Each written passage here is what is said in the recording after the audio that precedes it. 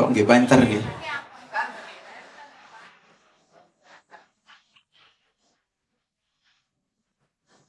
Saya tadi beda dengan Bu Hera karena Bu Hera berdiri maka saya duduk. Ya saya duduk karena yang ada di sop pertama adalah ibu-ibu. Kalau Bu Hera tadi kan memang seorang ibu, jadi di depan ibu-ibu memang lebih baik dekat dengan ibu-ibu. Sementara karena saya bukan seorang ibu, maka saya pasang jarak dengan ibu-ibu. Ngerti nggih? Memang semestinya sebaik-baik sop laki-laki adalah di depan, ngerti nggih? Dan seburuk-buruk sop perempuan, seburuk-buruk di depan. Tapi karena tadi memang yang banyak ditausiai, dikandani oleh Bu Hera adalah ibu-ibu. Jadi tetap lebih pas ibu-ibu memang di depan.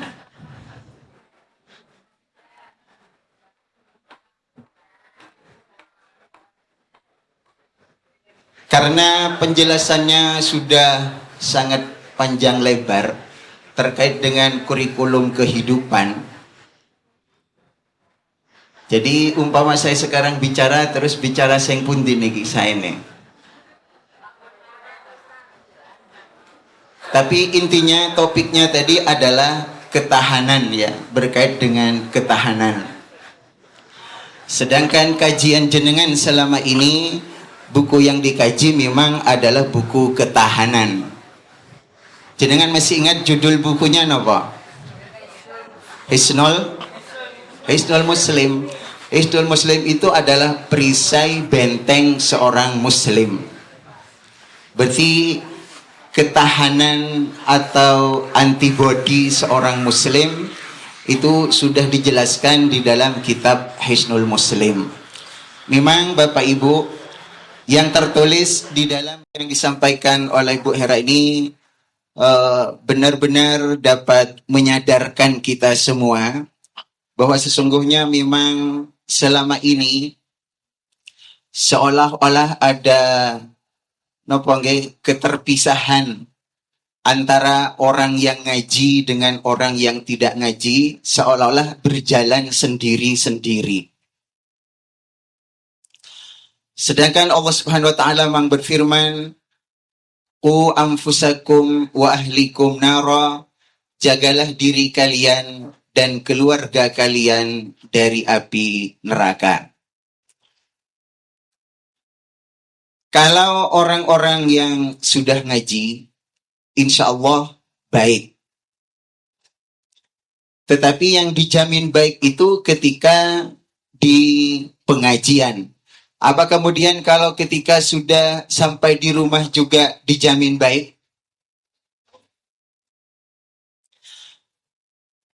Saya ada mendapati seorang jamaah, tapi tidak di sini karena saya tidak pernah tidak pernah berdialog secara langsung dengan jamaah di Al-Ikhlas. Saya mendapati ada seorang jamaah yang kalau ngaji sergepira umum. Selalu datang duluan. Bahkan kalau pulang pun dia pulang paling akhir. Tentu saya ya ikut berbahagia betapa ibu ini solehah gitu ya. Benar-benar solehah, begitu bersemangat ngaji. Dan saya tanpa saya harus menginterogasi ibu itu. Ngerti-ngerti di suatu saat ada orang memberitakan kepada saya bahwa ibu itu sergap ngaji marga rapi robojone.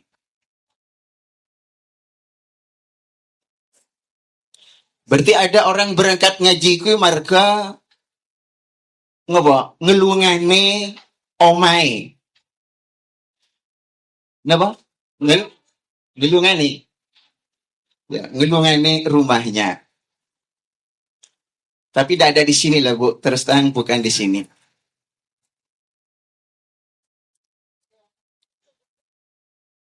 Tetapi itu juga tetap masih disebut sebagai sebuah kebaikan.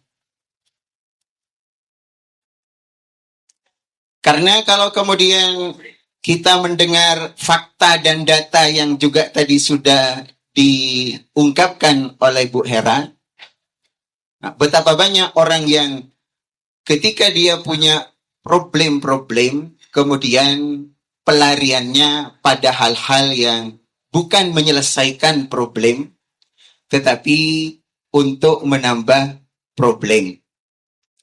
Insya Allah kalau orang sedang punya masalah, kemudian datang ke majelis taklim, ya setidak-tidaknya selama di majelis taklim dia damai, tenang, aman gitu ya, setidak-tidaknya. Dan kalau dia misalnya sekali, dua kali datang ke majelis taklim, tentu misalnya ya, dalam sehari dia ngaji sebanyak 3 kali. Setidak-tidaknya sekali ngaji 1 jam, berarti 3 jam, dia sudah terbebas dari problemnya.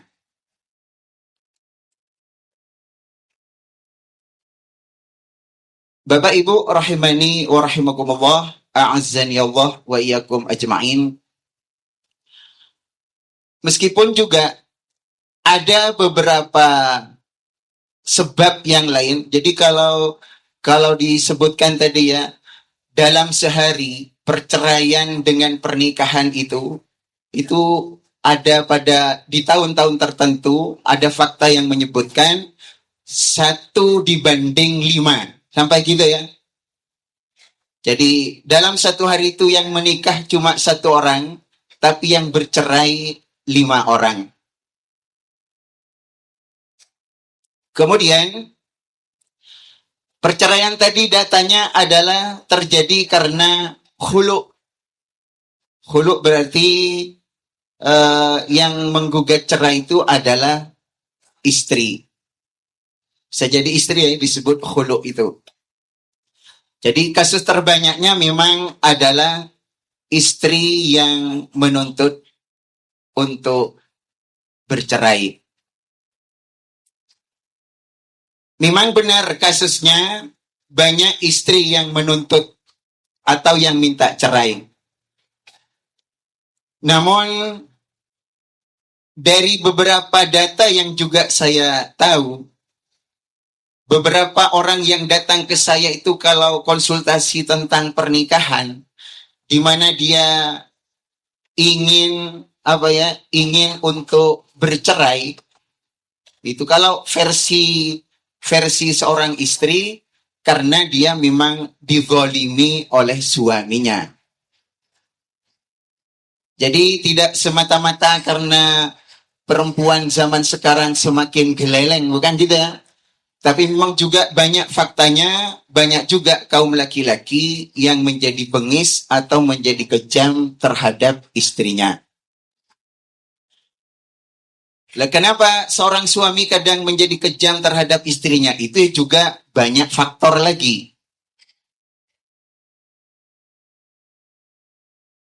Di antaranya bisa jadi ya ada juga seorang laki-laki yang dia izin baik-baik kepada istrinya untuk menikah lagi tetapi tidak boleh oleh istrinya. Bisa jadi kemudian suami itu menjadi sangat kejam terhadap istrinya. Saya pernah mendapati ada seorang jamaah juga yang dia mengadu kepada saya tentang suaminya yang serong atau selingkuh. Kemudian saya sekedar bertanya kepada dia, daripada selingkuh, Bu, ya sudah diizinkan saja nikah lagi, Bu. Kira-kira jawaban istri itu menurut jenengan pripun?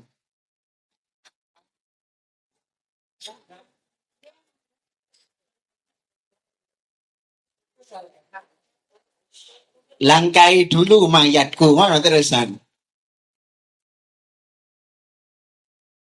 Ada yang seperti terus saya gambarkan ya, saya beri gambaran. Ibu jenengan begitu marah seandainya suami jenengan menikah lagi. Padahal menikah itu sesuatu yang diridhoi oleh Allah. Sementara jenengan lebih ridho istri atau suami jenengan itu selingkuh. Karena ketika saya tanya kepada perempuan itu, daripada rabi meneh, nikah meneh, wis pilih selingkuh wae Ustaz.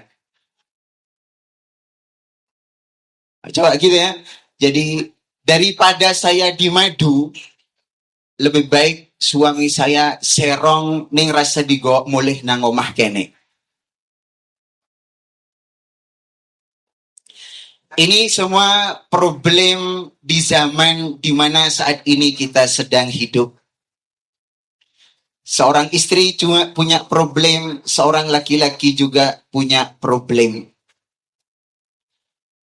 Oleh karena semuanya punya problem, berarti yang perlu dibangun kembali adalah kurikulum kehidupan, terutama dalam kehidupan berumah tangga.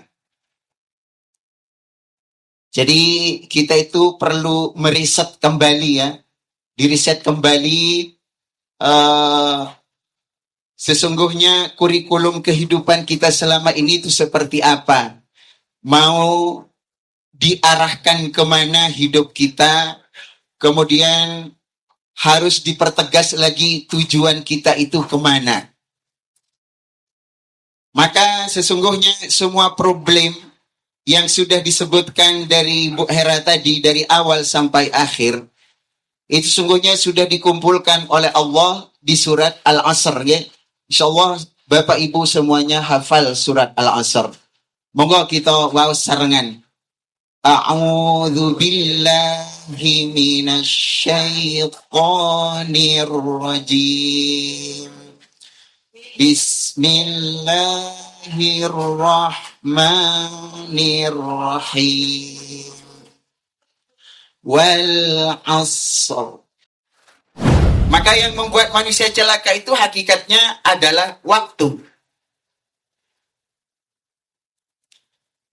Sampai-sampai Bapak Ibu, Imam Asy-Syafi'i berkata, kata Imam Asy-Syafi'i, seandainya Allah Subhanahu wa taala tidak menurunkan dari kitab Al-Qur'an kecuali surat Al-Asr, maka surat Al-Asr itu sudah mencukupi manusia. Rasulullah bersabda, setiap anak itu lahir dalam keadaan fitrah, suci. Berasal dari sisi Allah. Roh itu juga sudah suci. Roh itu juga sudah bertauhid, sudah bersyahadat, ditiupkan ke dalam janin di rahim ibu, kemudian dia lahir sebagai orang yang suci, sebagai makhluk yang suci. Andaikan begitu lahir, bayi itu langsung meninggal dunia, pasti dia selamat. Ini perjalanan pertama ya, orang lahir. Kemudian ending dari manusia nanti adalah kematian. Setelah manusia nanti mati, kemudian dibangkitkan pada hari kiamat, apa perkataan orang-orang yang telah rugi dengan waktu? Kata mereka, ya laitani kuntu turaba. Andaikan dahulu saya tidak jadi manusia. Alangkah bagusnya, alangkah beruntungnya, andaikan dahulu saya tidak pernah jadi manusia. Betapa indahnya, seandainya dahulu saya hanya menjadi debu, tetap menjadi tanah, tidak menjadi manusia. Begitu ya penyesalan orang-orang yang menyesal di akhirat. Maka sekali lagi, yang membuat manusia itu rugi ternyata adalah al-asr, waktu. Namun Allah ingin memberikan bimbingan kepada kita. Bagaimana supaya kita tidak menyesali waktu. Supaya kita tidak rugi dengan waktu. Supaya jangan karena waktu itu kita menjadi celaka. Maka kata Allah, illal ladzina amanu. Berarti syarat pertama adalah amanu, beriman. Beriman kepada Allah. Itu artinya kita masih tetap setia kepada janji dan ikrar kita di hadapan Allah. Ketika Allah mau meniupkan roh, maka Allah bertanya dulu, alastu bi rabbikum? Qalu bala syahidna. Semua roh itu telah dijanji oleh Allah. Bukankah aku adalah Tuhan kalian? Mereka semua menjawab, syahidna ya Allah. Iya, kami bersaksi bahwa engkau adalah Rabb kami. Baru kemudian dikirim, ditiupkan di dalam rahim. Tapi setelah lahir, kata Rasul, kedua orang tuanya lah yang membuatnya. Maka di situ tidak ada tidak ada hadis yang menyebutkan kedua orang tuanya lah yang membuatnya Muslim. Kenapa? Karena dia sudah Muslim. Maka kata Rasul, kedua orang tuanya lah yang membuatnya Nasrani, yang membuatnya Yahudi, yang membuatnya Majusi. Dengan bahasa lain, secara umum berarti dikatakan, setiap anak itu lahir dalam keadaan tulus, polos, ikhlas, tunduk kepada Allah, tapi kedua orang tuanya lah yang membuat anak itu rusak. Artinya kalau dia sampai keluar dari bimbingan Islam, apalagi sampai pindah agama dari agama asalnya, berarti hadis itu menyebutkan yang menyebabkannya adalah kedua orang tuanya. Maka tadi telah dibahas tentang ketahanan keluarga. Qu anfusakum wa ahlikum naro. Wahai orang beriman, jagalah diri kalian dan keluarga kalian dari api neraka. Tatkala anak ini sudah dikeluarkan dari Islam, berarti yang mengeluarkan yakni kedua orang tuanya, dia juga sudah menjadi penghuni neraka. Anaknya juga akan menjadi penghuni neraka. Wal'iyadu billah. Nah, dengan demikian sudah menjadi jelas bahwa baik buruknya seorang anak itu bergantung kepada pola asuhnya orang tua.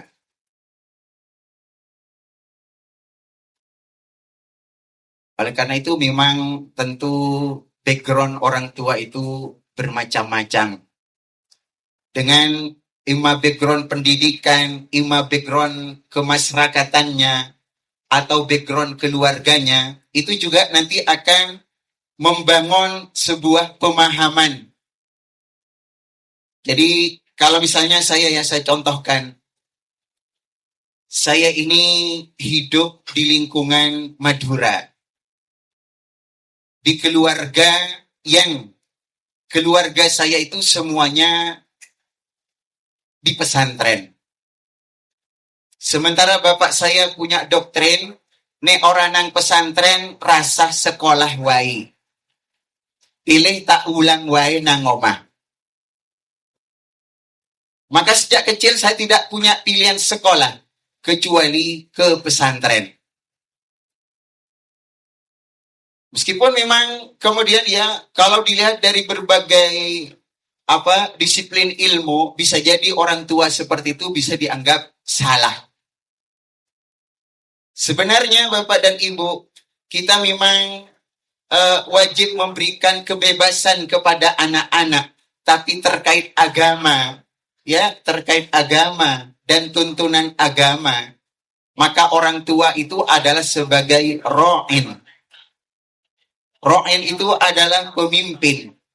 Yang setiap pemimpin, kata Rasul, mas'ulun an ra'iyatihi, bertanggung jawab terhadap semua yang dipimpin dan dimintai pertanggungjawaban.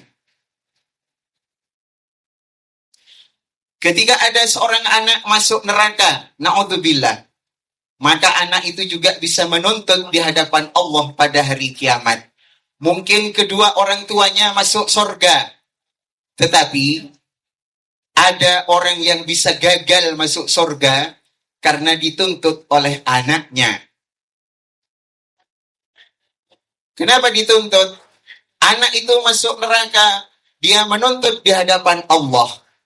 bahwa saya tidak pernah mendapat pendidikan yang baik, tidak pernah mendapat pendidikan agama yang baik dari kedua orang tua. Meskipun mendidik agama itu tidak mesti langsung ya. Misalnya tadi Bu Hera misalnya memberi gambaran. Kalau ibu ini yang menjadi orang pertama yang mengajarkan Fatihah kepada anak kita, maka setiap anak kita sholat, baca Fatihah, berdoa, baca Fatihah, maka kita sebagai orang tua itu dapat bagian pahala. Tapi tidak hanya itu saja sebenarnya. Umpama orang tua pun tidak mengajarkan Fatihah kepada anak, kemudian anak itu bisa Fatihah karena diajari oleh guru, maka sebenarnya juga jenengan tetap dapat bagian pahala. Ini jadi kita tidak mempersempit ya, bahwa setiap manusia itu akan dapat pahala dari apa yang dia usahakan. Dan makna usaha itu bukan berarti harus langsung. Misalnya, nih anakku ngerti Fatihah itu saka wong liya, berarti tiap anakku mau coba Fatihah, aku ora entuk ganjaran. Tidak hanya sebatas itu. Tapi memang tetap lebih utama. Kalau saya yang mengajari dia sendiri Al-Fatihah, saya dapat pahala. Tapi dengan perantara orang lain. Yang penting memang kita yang menjadi sebabnya, menyekolahkan mereka sejak TK disekolahkan di TK-TK Islam, kemudian SD juga SD yang juga berbasis Islam dan seterusnya, maka kita tetap dapat bagian pahala yang utuh dan sempurna dari semua amal kebaikan anak tersebut. Nah, kembali ke saya tadi, misalnya, karena kultur saya dahulu seperti itu, ternyata memang kulturnya Madura ya seperti itu. Karena ini menjadi kultur, juga sudah menjadi bio dalam dalam keluarga saya, maka tidak ada masalah. Saya hidup di Madura, hidup di keluarga sengkutu pesantren. Keluarga saya adalah bagian dari masyarakat Madura, yang masyarakat Madura itu juga punya pemahaman jenengi sekolahku ya kudu nang pesantren. Maka mempesantrenkan anak tidak ada masalah. Nah, tatkala jenengan tidak hidup di masyarakat yang seperti itu, maka setidak-tidaknya mungkin ya kita menciptakan keluarga yang berorientasi kepada keislaman. Dalam memilih pendidikan untuk anak-anak, kalau antara bapak dan ibu itu sudah kompak, insya Allah mudah untuk memasukkan anak itu ke sekolah-sekolah yang berbasis Islam. Tapi bukan berarti ya tidak bolehlah sekolah di sekolah umum. Tapi kalau anak kita ternyata memilih sekolah umum, maka adalah juga kewajiban kita untuk tetap menyekolahkan ke sekolah-sekolah agama. Jadi kalau di Madura dulu, meskipun umumnya itu di pesantren, tapi karena ternyata juga ada beberapa keluarga yang anaknya tidak di pesantren, dan umumnya karena latar belakang ekonomi mungkin ya, maka dia sekolah di sekolah negeri. Oleh karena itu, maka di Madura biasanya disiapkan sekolah sore yang disebut dengan diniyah. Maka ini sebenarnya adalah sebuah solusi. Ketika jenengan hidup di sebuah masyarakat yang masyarakatnya tidak berorientasi pesantren, atau jenengan ada dalam satu keluarga yang keluarga itu masih sulit untuk berorientasi pendidikan agama, setidak-tidaknya harus ini tadi ada sekolah tambahan yang namanya sekolahan agama. Ini yang banyak terjadi adalah orang tua itu lebih berorientasi dalam pendidikan supaya anaknya menjadi anak dunia, bukan sebagai anak akhirat. Meskipun memang kita seharusnya seimbang, sebagaimana doa kita, Rabbana atina fid dunya hasanah wa fil akhirati hasanah wa qina adzabannar. Jadi memilihkan pendidikan untuk anak ya supaya anak itu baik di dunia. Tapi jangan sampai karena memilih pendidikan bagi anak itu baik dunia, kemudian mengabaikan untuk menjadi baik di akhirat. Doanya orang tua, Rabbana atina fid dunya hasanah wa fil akhirati hasanah. Tapi memilihkan pendidikan untuk anaknya, dia cuma berorientasi dunia. Dicarikan sekolah-sekolah yang favorit. Orang gagas nang sekolahan kui diajari opo, lingkungannya koyok ngopo dan seterusnya. Ini berarti orang tersebut termasuk orang yang tidak memahami konsep ketahanan keluarga, berarti ya. Maka sekali lagi Allah mengingatkan, sungguh manusia secara keseluruhan, seluruh manusia itu benar-benar dalam kerugian, kecuali yang beriman.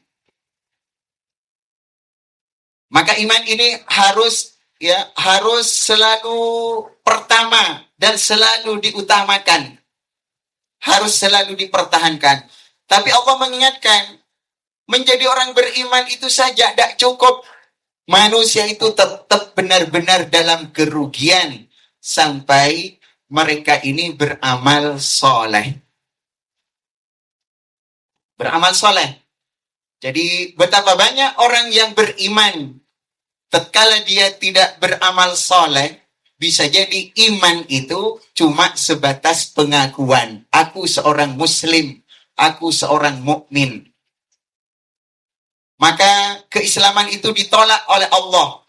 Ya, keimanan itu akan ditolak oleh Allah. Sebagaimana Allah berfirman, yaqulul a'rabu amanna. Orang-orang Arab dulu itu mereka berkata, kami telah beriman. Kata Allah, janganlah kalian berkata kami telah beriman, tapi katakanlah kami itu baru berserah atau menyerah, atau kami ini baru Islam. Sungguhnya iman belum masuk di dalam hati kalian. Kapan iman itu bisa masuk? Ketika orang sudah beramal soleh. Sehingga orang kalau cuma beriman, dia masih ada di atas kerugian. Tapi ingat, orang sudah beriman, orang sudah banyak beramal soleh, dia kata Allah masih tetap berada dalam kerugian sampai tawasau bil haqq. Saling menasihati di dalam al-haq. Tadi Bu Hera juga mengingatkan, insya Allah ibu-ibu, bapak-bapak yang sudah istiqomah datang ke majelis taklim, insya Allah jenengan sudah menjadi orang-orang yang berorientasi akhirat. Artinya juga telah berikhtiar, berusaha sekuat mungkin untuk menjadi fid dunya hasanah wa fil akhirati hasanah. Tapi bagaimana dengan orang-orang di sekitar kita? Bagaimana dengan keluarga kita? Bagaimana dengan masyarakat kita? Maka Allah menyebutkan syarat yang ketiga. Manusia untuk tidak merugi itu harus tawasau bil haq. Jenengan mengerti kebaikan. Jenengan sudah menjadi orang baik. Kalau itu tidak ditularkan kepada orang lain, maka bisa jadi kita masih akan merugi. Mungkin seorang istri sudah rajin berangkat ngaji, sudah rajin beribadah, tetapi suaminya belum mau ngaji. Kemudian tadi berangkat sendiri-sendiri.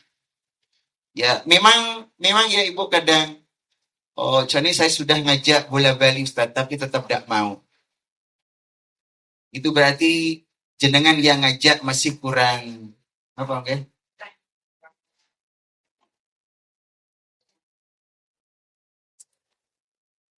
Jadi ya Ibu, jangankan mengajak kepada kebaikan, mengajak kepada keburukan, yang keburukan itu sungguhnya bertentangan dengan nurani manusia.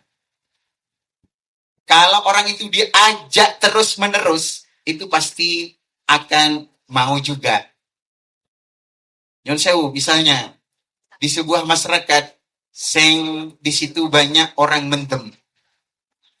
Ketika kita tanya kepada masyarakat di sekitarnya, awal-awal itu, nek mendem ki menurut ngopi elek. Bahkan orang-orang yang ada di kampung itu diajak untuk mendem umumnya gelem. Tetapi tidak maunya itu hanya pada waktu tertentu. Lama-kelamaan ternyata masyarakat itu pun menganggap biasa. Setelah menganggap biasa, akhirnya mereka pun ikut-ikutan. Sehingga kata Allah, untuk tidak menjadi merugi setelah beriman dan beramal soleh, wajib untuk tawasau bil haq. Dan yang paling wajib untuk diajak pertama kali adalah keluarga. Qu anfusakum wa ahlikum nara. Coba seandainya mungkin ya, bisa jadi istri itu sergap ngaji. Ngajak suaminya tidak mau. Dan yang diajak tidak mau, istrinya terus tahu ngajak. Akhirnya istrinya bisa jadi dia sergap ngaji, na'udzubillah. Tapi mungkin suaminya bikin acara sendiri. Sehingga istilah Bu Hera tadi, nggak istilahnya. Berubah hati, berubah body. Pindah hati dan udah body. Ya na'udzubillah ya. Tapi ternyata kasus seperti itu juga ada. Saya tidak berani berkata banyak, tapi saya tahu ada kasus seperti itu. Nggak, maksudnya istrinya sergap ngaji. Neng sing lanang ya sergap monokui. Mana lah maksudnya?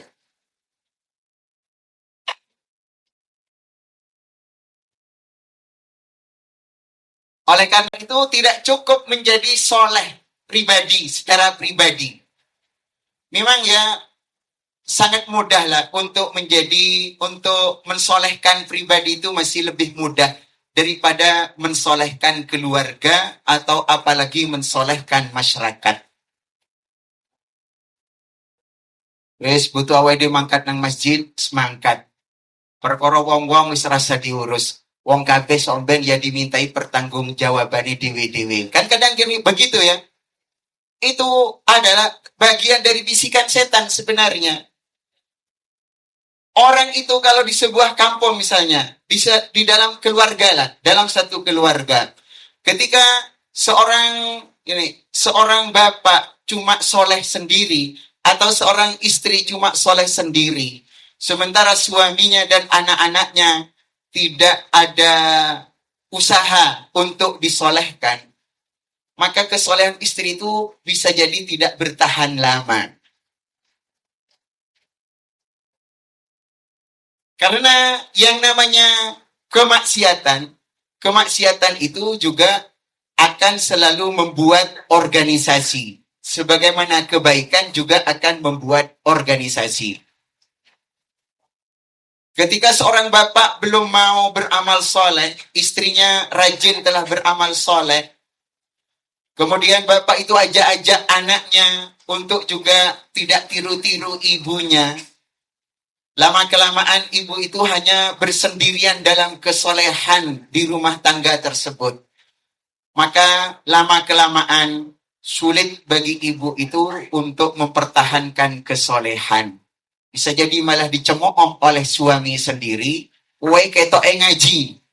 Ning nyatane kowe koyok ngene. Engko anake ya komentar ngono kuwi. Maka kita yang selama ini mungkin alhamdulillah sudah karena ngaji sudah soleh, karena ucapan-ucapan itu bisa jadi akhirnya ngelukro. Begitu juga kita dalam bermasyarakat. Kalau di sebuah masyarakat itu jenengan cuma jadi orang soleh sendiri, dijamin kesolehan jenengan tidak bakal awet.